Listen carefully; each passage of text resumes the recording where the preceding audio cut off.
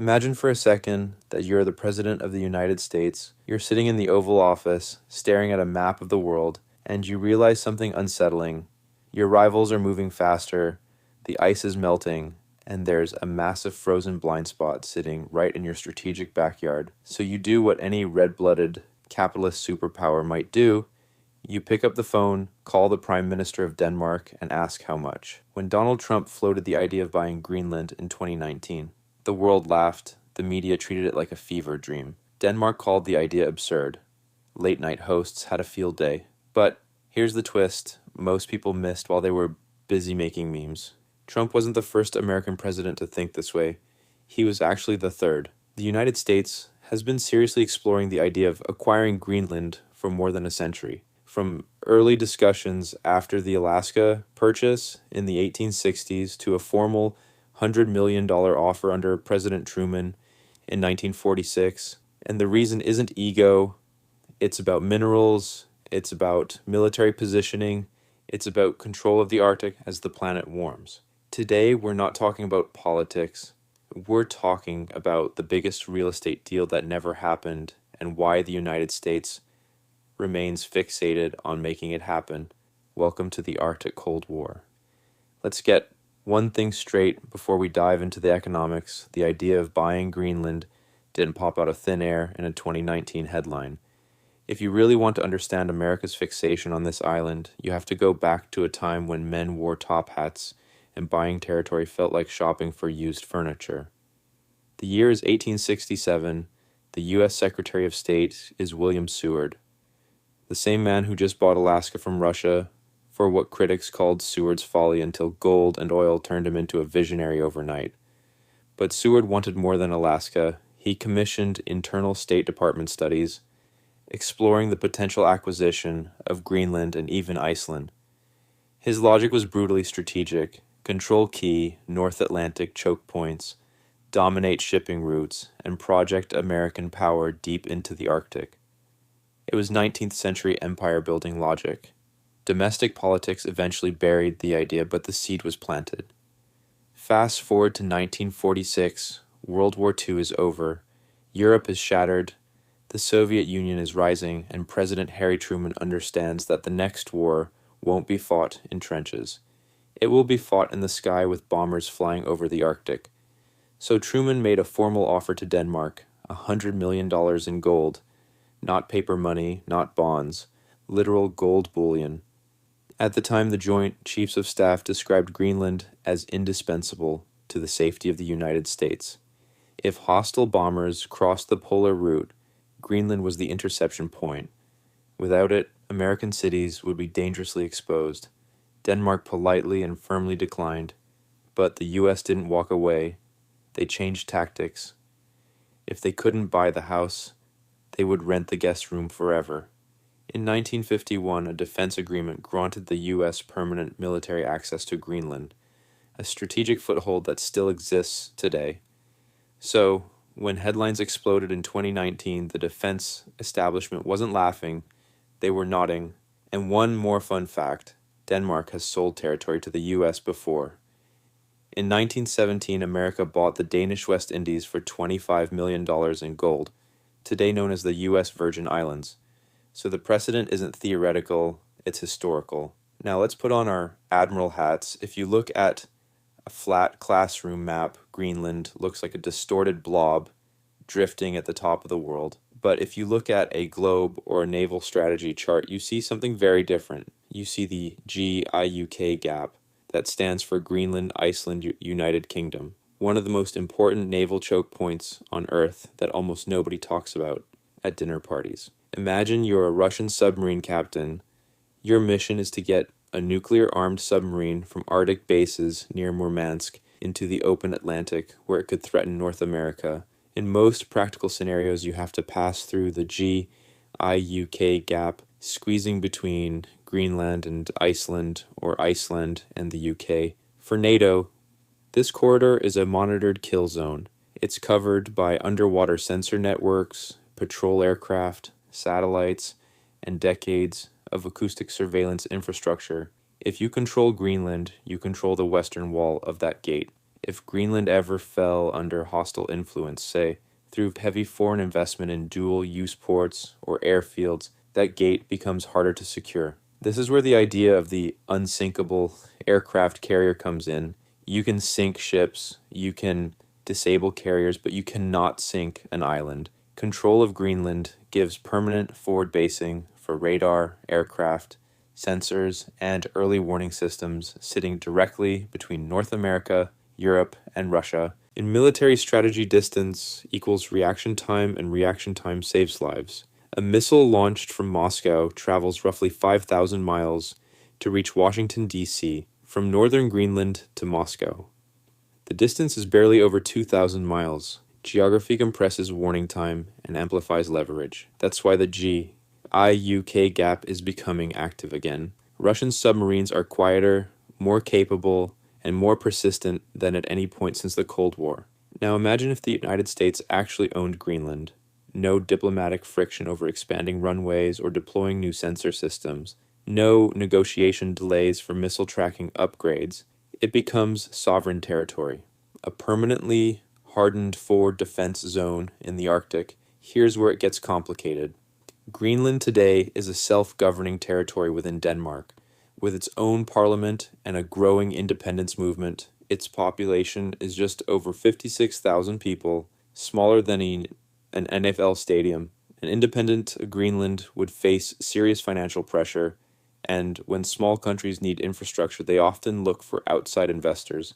And one country specializes in writing very large infrastructure checks: China. We've seen this playbook before in Sri Lanka's port leases and in China's overseas base in Djibouti. Infrastructure financing becomes strategic leverage. U.S. defense planners are deeply concerned about a future polar Silk Road scenario where China gains operational influence in Greenland, not through purchase but through debt, ports, airports, and logistics access. If that happens, the GIUK gap becomes far harder to secure. So, when Trump said buy it, the delivery was clumsy, but the geopolitical logic underneath was not crazy. It was a blunt attempt to block long-term strategic encroachment in the Arctic. And China's interest isn't only about shipping lanes, it's about what's buried under the ice, which brings us to the real prize. Okay, let's talk money. If you're wondering why a real estate mogul would want a frozen island, look no further than your smartphone or your electric car or the guidance system inside a modern cruise missile. Greenland isn't just ice, it's a massive strategic materials vault. As the ice retreats, geological surveys have confirmed enormous deposits of rare earth elements, particularly at a site called Kvanefjeld in southern Greenland. It's considered one of the largest undeveloped rare earth deposits outside China. Rare earths is a misleading name. They aren't actually rare, they're just brutally difficult and environmentally toxic to separate and refine. But modern technology depends on them. High-performance magnets, guidance systems, electric motors, radar, satellites, all of it runs on rare earths.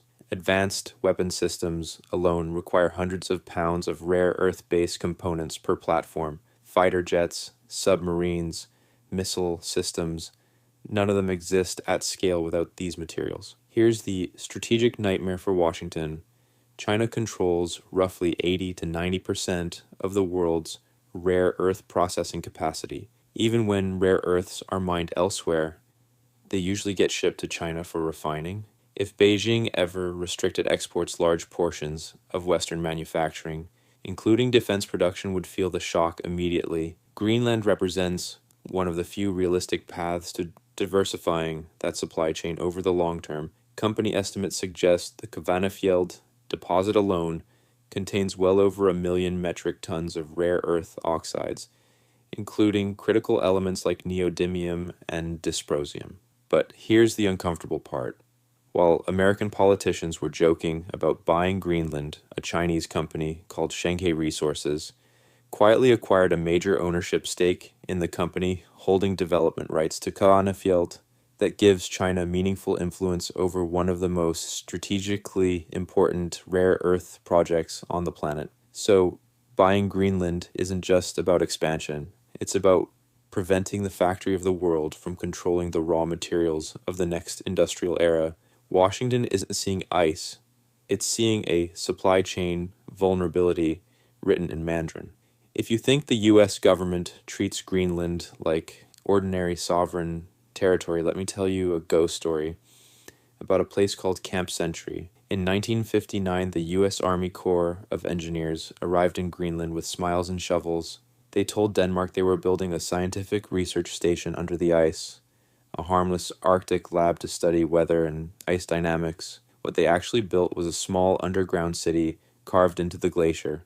It had living quarters, a hospital, a chapel, a movie theater, and roughly 200 personnel at peak capacity. It was powered by one of the first portable military nuclear reactors ever deployed. The public story was science. The real mission was Project Iceworm.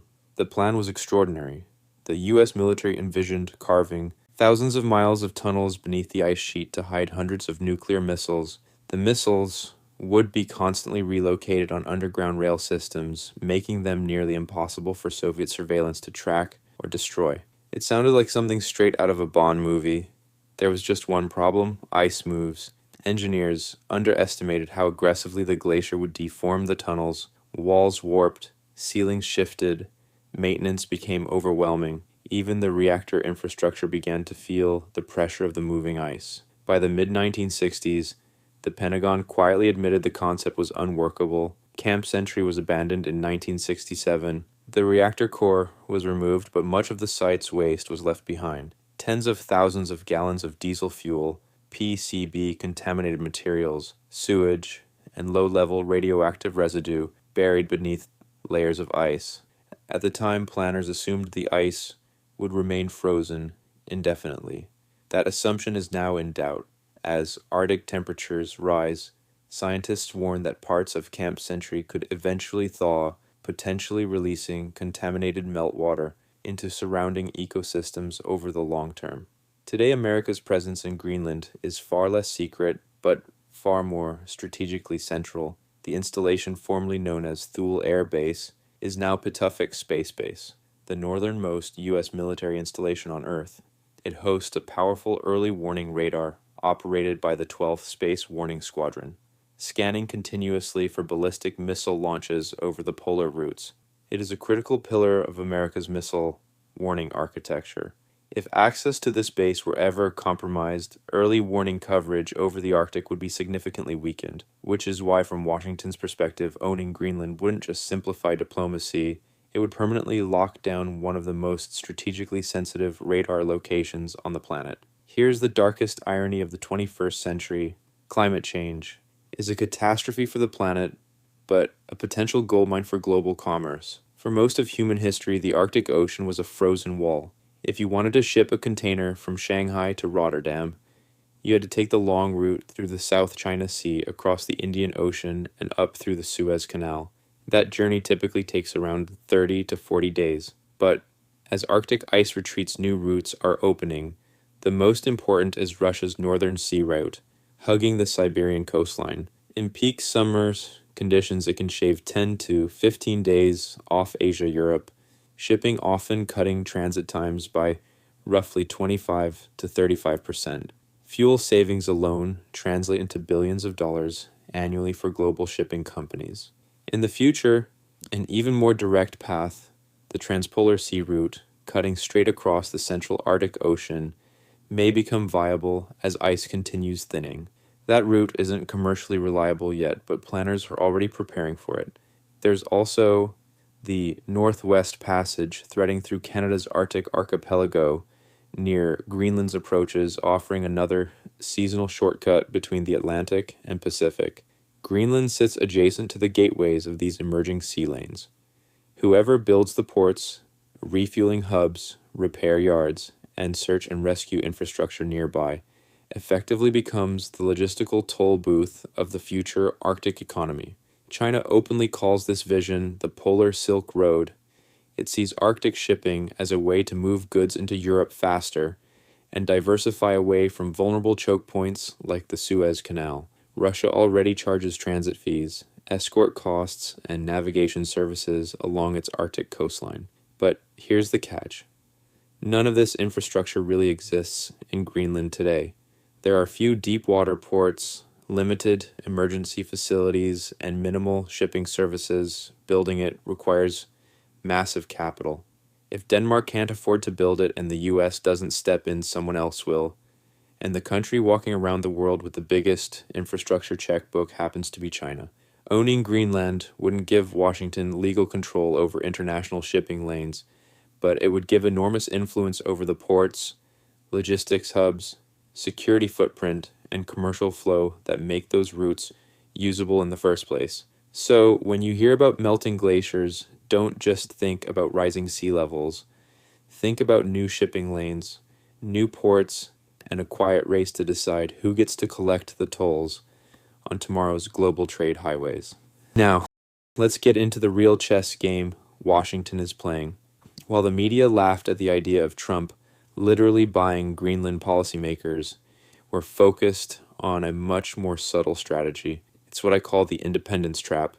Here's the reality on the ground. Greenland already has its own language, its own parliament, its own flag, and control over most domestic policy, but its passport still says Denmark, and foreign policy and defense decisions are made in Copenhagen, nearly 2,000 miles away.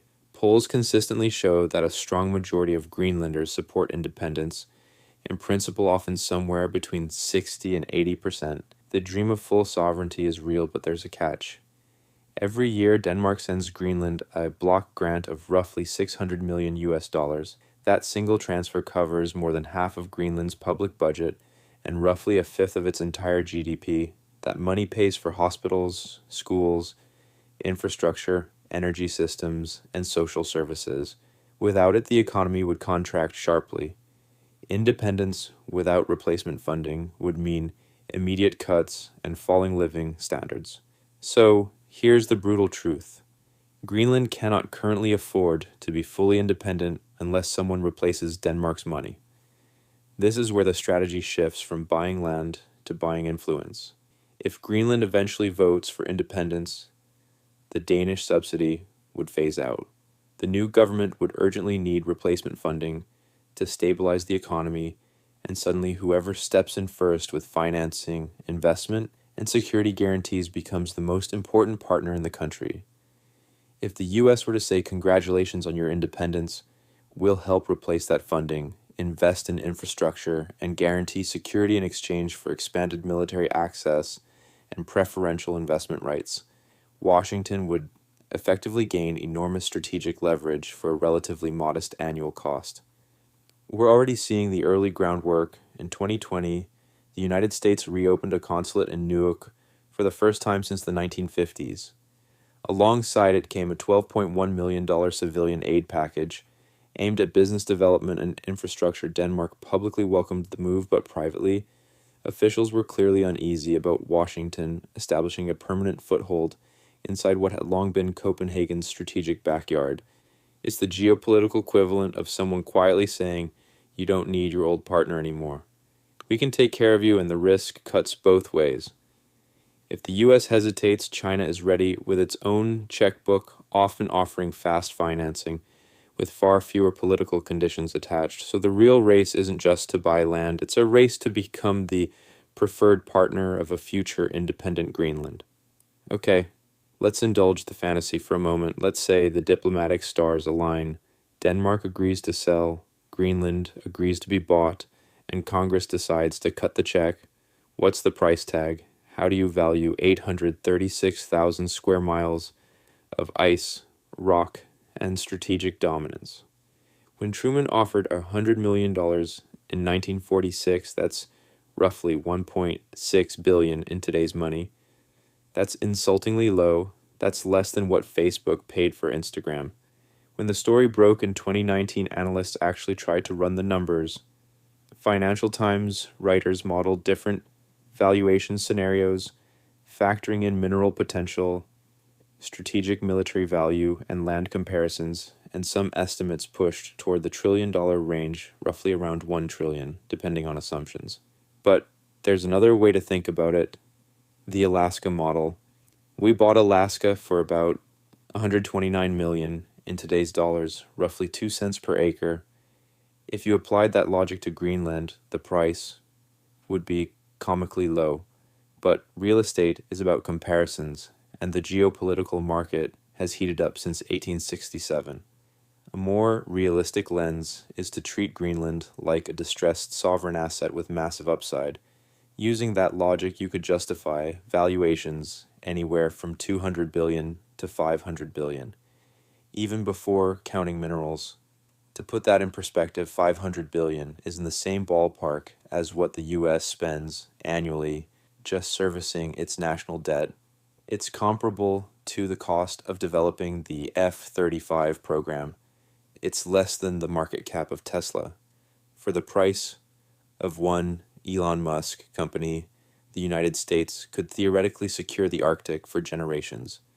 But here's the catch that breaks the calculator. You're not just buying land, you're buying a society. When the US bought the Virgin Islands in 1917, we bought the land and the people. If Greenland became a US territory, its roughly 57,000 residents would likely gain territorial status and eventual citizenship rights. They'd be entitled to federal services, health care support, infrastructure upgrades, and social programs, and the infrastructure bill alone would be enormous. Greenland has no intercity roads. You literally cannot drive from one town to another. Everything moves by air or boat. Bringing that up to modern standards would cost trillions over decades. So, the purchase price is just the down payment. The renovation costs would dwarf it. Supporters argue the alternative is worse. What's the cost of China controlling North Atlantic access? What's the cost of losing the materials race that powers the 21st century? Suddenly, $1 trillion doesn't sound insane. But before anyone starts printing money, there's one thing every spreadsheet forgets: the people. Because while Washington and Beijing play chess on maps, the people living on the board are facing a crisis money can't easily fix. And that's where this story stops being a political thriller and starts becoming something darker. While Washington, Copenhagen, and Beijing play games with the map, the people actually living on the ice are fighting a very different kind of war. And honestly, this is the part of the story that should make you uncomfortable. To understand why Greenland is vulnerable, you have to look at its wounds.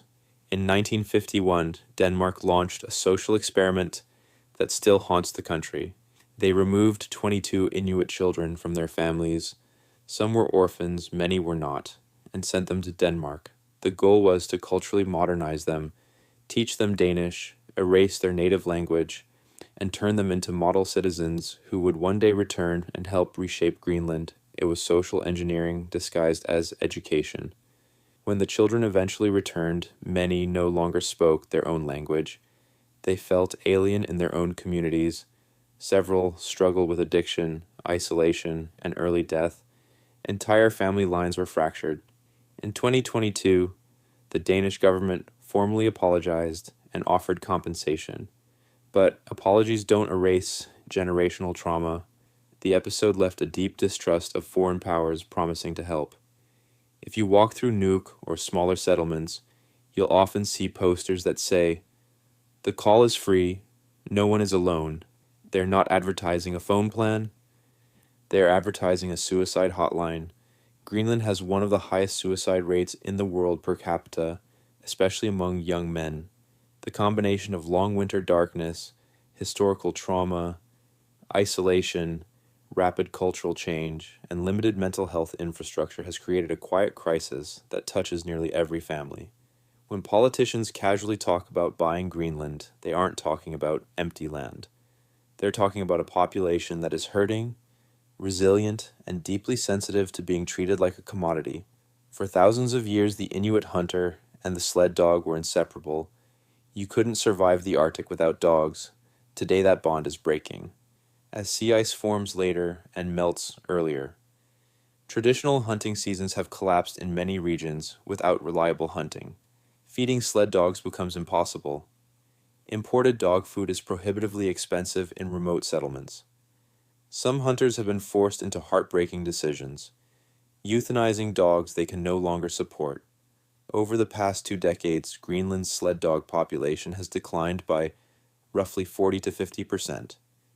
It's a visceral symbol of a culture caught between two worlds, the old Arctic way of life fading, and the promised new economy of shipping lanes and mineral wealth still not fully arriving. And now we're here, January 2026. If you thought this story was just about a goofy 2019 tweet, you haven't been paying attention. What started as diplomatic awkwardness has escalated into serious strategic tension. In early January 2026, the White House confirmed that President Donald Trump and his national security team are actively exploring a wide range of options for securing Greenland, from negotiated acquisition to expanded security agreements. In a press briefing, Press Secretary Caroline Leavitt said that utilizing the U.S. military is always an option, framing it as one of several tools available to the commander-in-chief. That statement sent shockwaves through capitals in Europe. Denmark, a fellow NATO member and longtime U.S. ally, swiftly reaffirmed that Greenland is not for sale and that its sovereignty must be respected. Danish Prime Minister Mette Frederiksen and other European leaders warned that any suggestion of using force to change the status of Greenland would undermine the very foundations of the post-World War II international order. It's worth being clear about what's actually happening. The U.S. administration has not mobilized forces to invade Greenland, and Copenhagen has not consented to any transfer of sovereignty. What has changed is the tone from a sideline idea to a national security priority cited by U.S. officials in light of broader concerns about Arctic influence from Russia and China. Some U.S. lawmakers have tried to frame the rhetoric as pressure on Denmark to negotiate, not as a legitimate threat of invasion.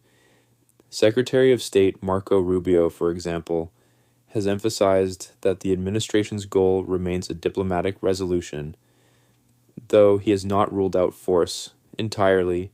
Meanwhile, political backlash has grown not just abroad, but at home.